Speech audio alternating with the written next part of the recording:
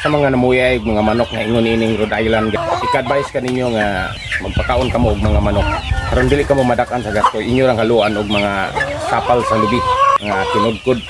o na atong gibuhat nga aron di kita ka dak-an sa gasto nato og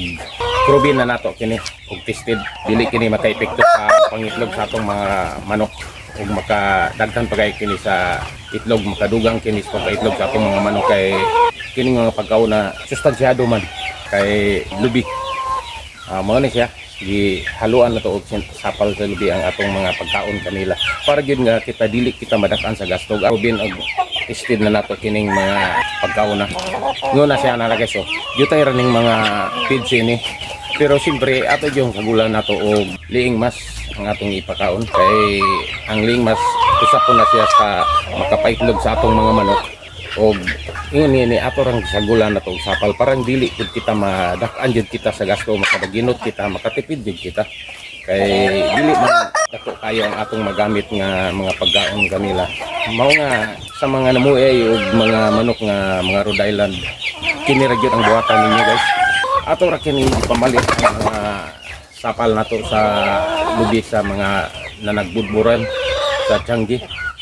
og na may kinuhaan nila sa mga tuno maka na siya ato nang gipangpalit guys, bayaran nato niya mao kana atong gihalo niini. Okay ra kayo wala siya mga tuno na basta ang importante nga busog pirmi ang atong manok kay kun ang manok kung magkakulang-kulang sila kaon dili gid kana sila mo itlog kada adlaw, mulakab kana sila. Kinahanglan jud nga permanente jud ang ikatambok sa imong mga manok, i-maintain jud nimo ang katambukon kanila nga kay kun muniwang sila dugay na po nimo na silang patambukon og dugay na po ka makaprodukto og mga itlog, magpaabot na po kag pila na po ka adlaw o bulan gani kung muniwang ang imong mga manok. Lakansi ka kayo noon.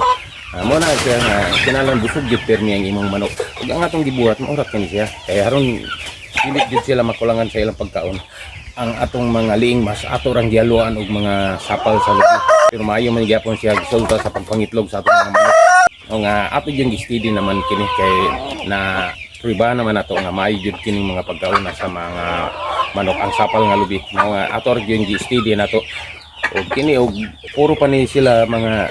liing mas dako kayo nakagasto kay kining mga dagkana nanak kini sila sa mga 5 kilos siya guys o size kun mga puro liing mas nya ang atong gigamit nga liing mas ni ining kadagkanan nila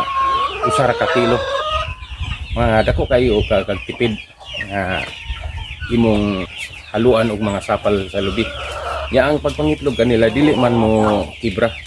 Mao nga steady jud kita nga gagamit ini. Mao nga ako ika-advise ra jud sa mga namuhay og mga manok nga Rhode Island ang inyong mga pagkaon sa inyong mga manok inyo yung haluan og mga sapal sa lubi aron dili kamo madak-an